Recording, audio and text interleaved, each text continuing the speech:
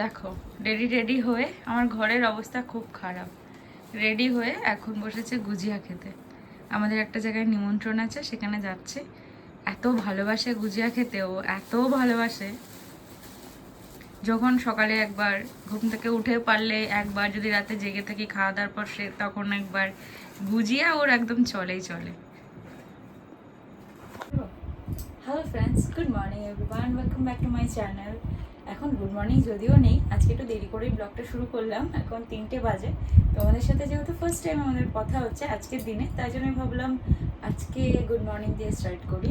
আর আজকে তো পঞ্চম দোল, আজকে অনেক জায়গায় বিভিন্ন রকম অনুষ্ঠান হবে। আর যেহেতু চন্দ্রগ্রহণ, বিভিন্ন তিথির জন্য এবার রাধা গোবিন্দের ভোগটা হয়নি, তাই ম্যাক্সিমাম জায়গাতেই পঞ্চম দোলে ভোগটা হচ্ছে।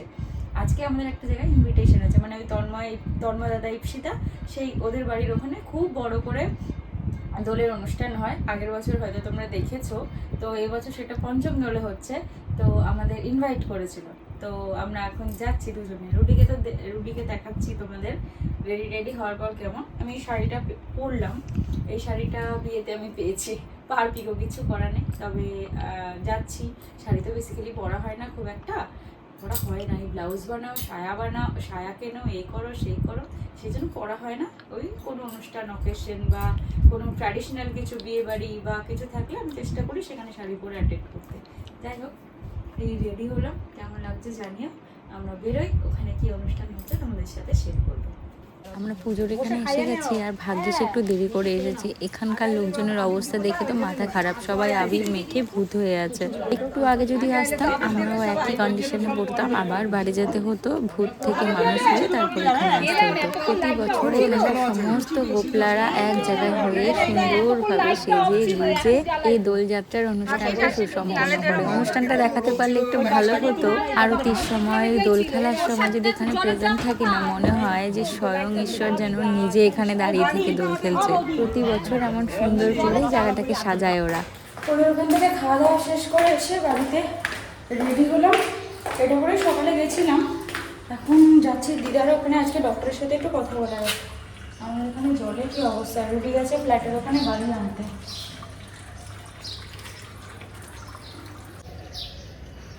আগের বারে লেগেছিল, এবার লাগেনি, এবার লাগবে কি আছে।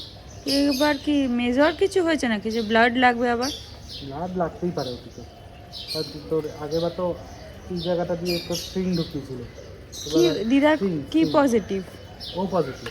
মাই গড। ও পজিটিভ নর্মাল পাবো নাকি সব জায়গায়? সব জায়গায় অ্যাভেলেবেল ও পজিটিভ।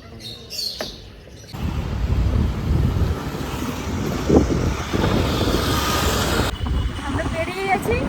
এখন একটু প্রবলেম আছে, আর যেহেতু ওটি হবে সেহেতু ওখান থেকে ব্লাড কালেক্ট করার ব্যাপার রয়েছে, তো ব্লাড লাগবে। এবার দেখা যাক, আমাদের একটু বেরোতে লেটই হলো।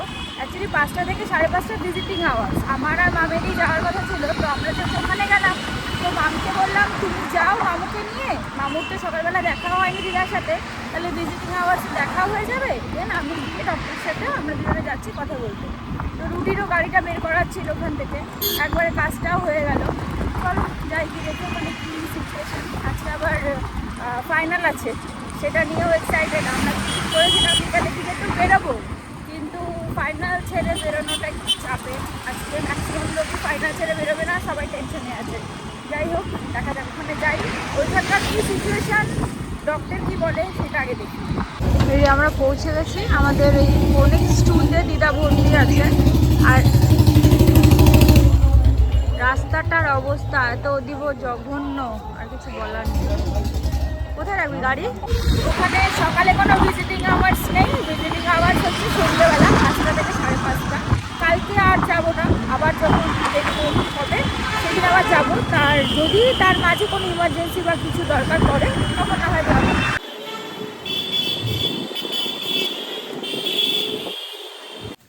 হ্যালো, এখন বেরোচ্ছি বিয়ে বাড়িতে। রেডি হয়ে গেছি পুরো। আজকে বাড়িতে নিজেই রেডি হয়েছি। আর এই শাড়িটা, আমার তো বিয়ের ব্লগগুলো এখনও আসেনি, তাই তোমরা জানো না।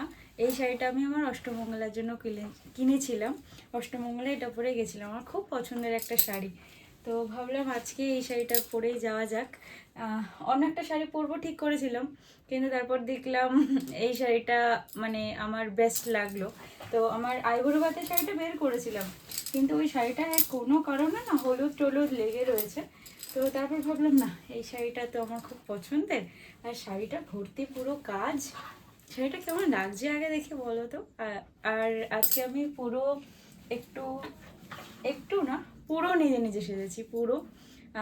বিয়ের পর তো অনেকগুলো বিয়ে বাড়ি কাটালাম, এটা আমাদের এক রিলেটিভসের বিয়ে। তো অনেকটা লেট হয়ে গেছে রেডি হতে, তখন মামা আগেই চলে গেছে, আমরা দুজন এখন বেরোবো স্কুটিতে। তবে কেমন লাগছে আমাকে পুরো রেডি হয়ে সেটা আমাকে প্লিজ জানিও। আমি খুব ধরে ধরে আজকে রেডি হয়েছি, একদম নিজের মতো করে। জানি না মানে কেমন লাগছে যখন পুরো রেডি হয়েছিলাম না, কোথাও একটু ফাঁকা কোথাও একটু ফাঁকা কোথাও একটু ফাঁকা লাগছে, তারপরে সিঁদুরটা পরার পর একটু কমপ্লিট লাগলো। এখন মনে হয় বিয়ের পর এটাই কমপ্লিট লুক। এইটা যতক্ষণ না পরি, এই রংটা যতক্ষণ স্মৃতিদের না রাঙায় দিয়ে, ততক্ষণ মনে হয় না যে পুরো লুকটা কমপ্লিট হয়েছে। যাই হোক, এটাই হয়তো মানে নতুন বিয়ে হয়েছে দেখে এমন মনে হচ্ছে নাকি সেটা জানি না। যাই হোক, এই হচ্ছে শাড়িটা, দেখো কেমন লাগছে। ব্লাউজটাও একটু অন্যরকম করেই বানিয়েছিলাম, তবে ব্লাউজটা যখন বানিয়েছিলাম তখন একদম ঢিলে ছিল। ঠিক করিয়ে নিয়ে এসেছি এবার বাড়িতে, তাই জন্য আরও পরতে পারছি, নাহলে একদমই পরতে পারতাম না। ফুল রেডি, এবার বেরোবো। ওখানে গিয়ে জানি না তোমাদের কতটা কি দেখাতে পারবো, যদি পসিবল হয় দেখাতে পারবো, আর যদি পসিবল না হয় তাহলে দেখাতে পারবো না। চেষ্টা করব, তবে কতটা কি করতে পারবো জানি না।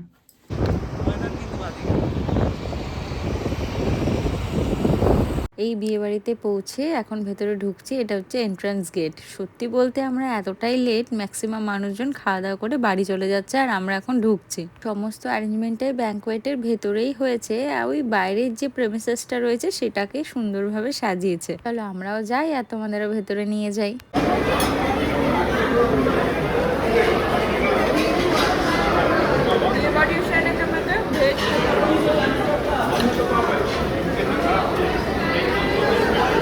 বেগুন ভাজা আছে ওখানে, নিতে পারিস। হাত লাগবে, হাত হাত দিয়ে খা। আমি কী কী নিয়েছি দেখো, সাদা ভাত, ডাল ফ্রাই, এই কোফতাটা আমি নিতাম না, রুটির জন্য নিয়েছি, আর পনির, এটা কিছু একটা করেছে পনির, আরও কিছু রয়েছে বাট এটাই আমাদের। কি অবস্থা, ওনাকে আমি দেখিয়ে দেখিয়ে মাটন খাচ্ছে, মাটন প্লেটার কি অবস্থা। আবার চিংড়ি মাছও নিয়েছিল, চিংড়ি মাছের মালাইকারি। তো লজ্জা করছে না একটু? ভেজও খেলাম, একটু দূরে যা। সে তো আমাকে পুরো ভেজ প্লেটটাই আজকে তোর খাওয়া উচিত ছিল, প্লেটটাই ভেজ খাওয়া উচিত ছিল। মাটন দেখেছিস, না খেয়ে তুই বাড়ি চলে যাবি, তারপরে আবার আগে একটা বিয়ে বাড়ি থেকে খেতে দিইনি, কি করে পসিবল বল?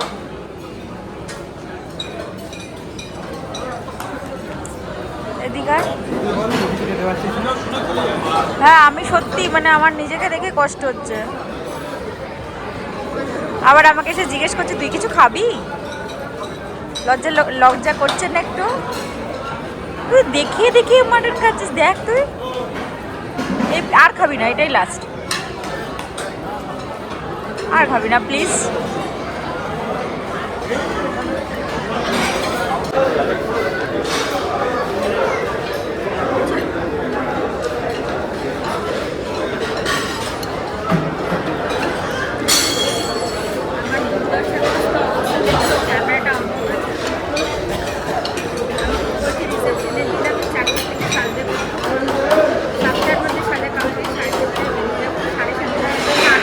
শুনতে পারবো।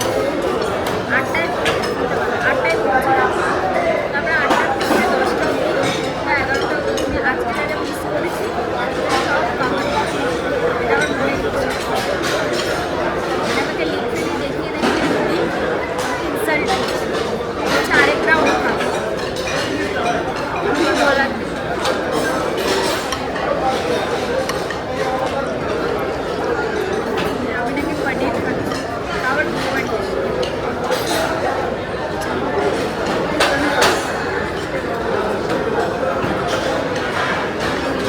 হচ্ছে ব্যাঙ্কোয়েটের বেসমেন্টটা, মানে যেখানে খাওয়া দাওয়া করানো হচ্ছে সেইখানটা। অ্যাকচুয়ালি আমরা এতটাই দেরি করে এসেছি, ওপরটা পুরো যে তোমাদের ঘুরিয়ে দেখাবো সেরকম কোনো সিচুয়েশনই পাইনি। আগে খাওয়া দাওয়া করতে চলে এসেছি, নাহলে হয়তো খাওয়া দাওয়ার কোনো অপশনই পাবো না।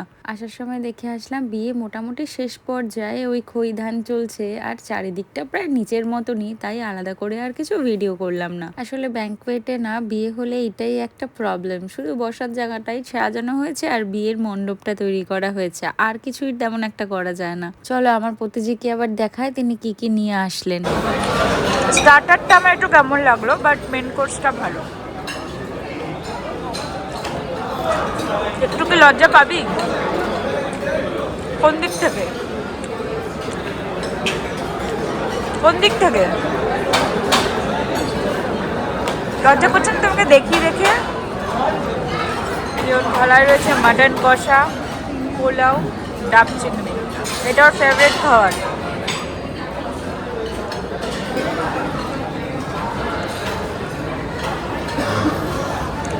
হ্যাঁ, স্মাইল দিতে হবে না, লুকও দিতে হবে না। তোমার জন্য ওয়েডনেসডে আছে? ওয়েডনেসডে দেখবি সেদিন আমি খেতেই পারলাম না, পেট খারাপ হলো।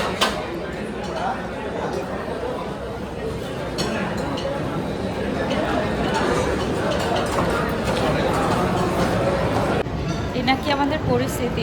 আমি বসে আছি আরও আমাকে দেখি দেখি খাচ্ছে। লজ্জা করছে না তোর? না আমি তো খাবো না, জানি না, আমি তো খাবো না। বেকার দেখেও খেলে আবার না দেখে এমন খেলাম, আমার লিপস্টিকটাও ঘাটলো না, যদিও ঘাটে না, ঘাটার কথা না, কিন্তু তাও। এখানে স্টার্টারগুলো নিয়ে, জল নিয়ে, সব নিয়ে এখানে ওয়েটাররা ঘোরাঘুরি করছে কারো দরকার পড়লে সেটা দেওয়ার জন্য। বাট এই মহারাজ এতক্ষণ দাঁড়িয়ে খাচ্ছিল, দাঁড়িয়ে খেতে পারছে না দেখে এখন টেবিল নিয়েছে বসে খাওয়ার জন্য।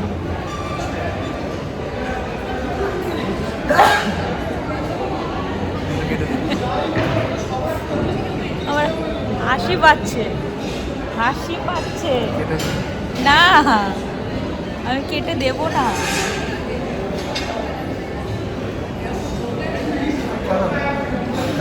3 ঘন্টা সেজে যদি পরের দিন আমার সাথে খাবি? ও আজকে ও 2 রাউন্ড নিয়েছে, 2 রাউন্ড নেওয়ার পর আরেক রাউন্ড নিত। লজ্জার খাতিরে নিতে পারছে না, কারণ যেহেতু আমি খাচ্ছি না, আমি খেলে আরেক রাউন্ড নিত, তাই তো? তুই মানুষ, মানুষ কোন প্রকারের?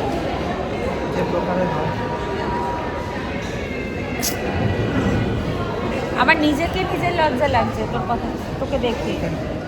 আমি তো একটুখানি খেয়েছি না ভাব, আমি 3 ঘন্টা ধরে সেজেছি বুঝি, কিন্তু এখানে এসে 1 ঘন্টা, মানে রাস্তায় আসতে আমাদের 8 ঘন্টা লেগেছে, যেতে 8 ঘন্টা লাগবে।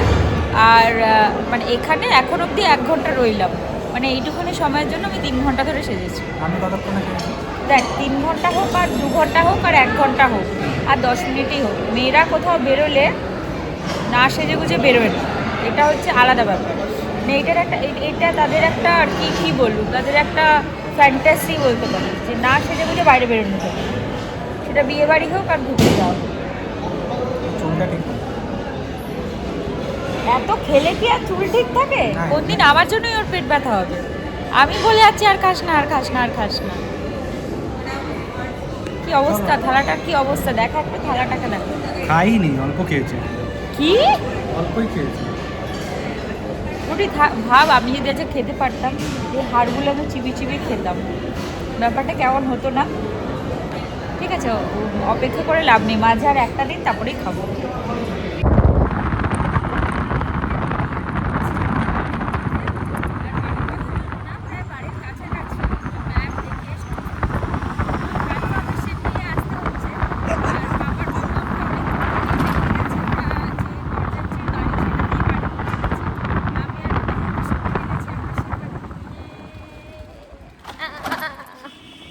আমরা সেটাতে করেই যাচ্ছি আর কি। আর এমনি তো রাস্তায় বেরোই রাত্রেবেলা, এখন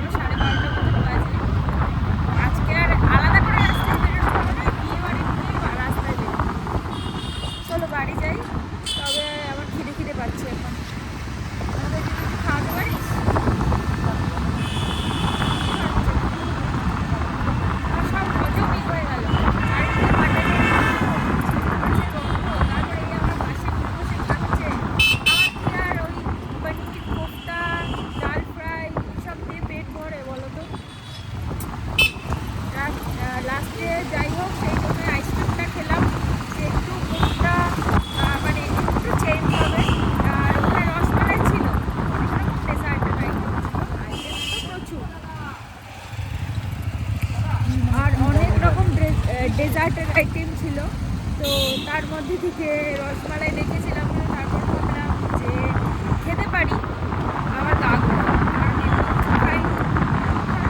ছাড়ো, বাড়ি যাই বাড়ি। চল চল চল, বিড়ালে বাধা। দাঁড়াতে বললি তাই। আরে না, সেই জন্য না, চলে এসছি বাড়িতে। এতদিন আমাদের এই জায়গাটার না লাইট ছিল না, আর লাইটের পাওয়ারটাও কমে গেছিল। আজকে এখানে লাইট লাগানো হয়েছে, আর আমাদের রাস্তাটাও এতটা উঁচু হয়েছে, এখন গাড়ি তুলতে একটু কম অসুবিধা হয়, ইজিলি তুলে নিয়ে আসে গাড়িটাকে। চলো উপরে যাই। আমি উপরে গেলাম, রুডি তুই করে আয়, আমি গিয়ে চেঞ্জ করি। হ্যাঁ, লাগবে না তো তোর?